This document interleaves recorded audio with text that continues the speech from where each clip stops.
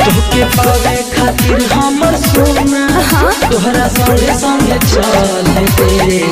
जदि मानी नहीं जमाना तो जति बदल दे। जदि मानी नहीं जमाना तो जति बदल दे। जौन करे के बाद जल्दी करो।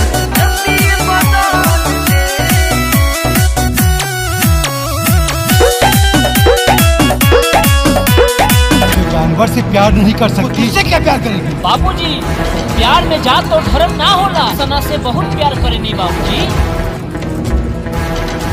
ए, पकड़ साले को।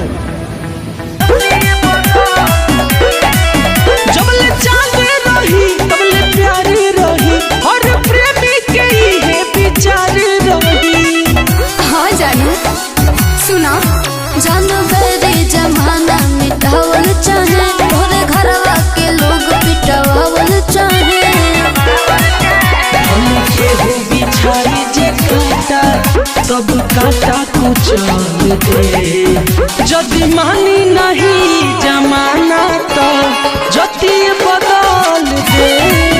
जदि मानी नहीं जमाना तो जति बदल दे।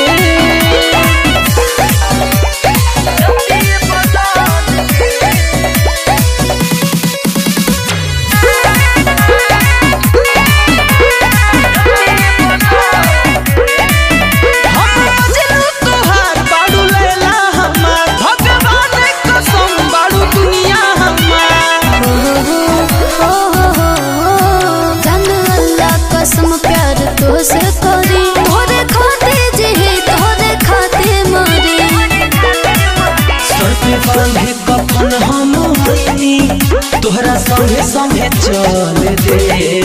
जदि मानी नहीं जमाना तो जति बदल दे। जदि मानी नहीं जमाना तो जति बदल दे। ऐसे ही वीडियो देखने के लिए चैनल को सब्सक्राइब करें, लाइक करें, कमेंट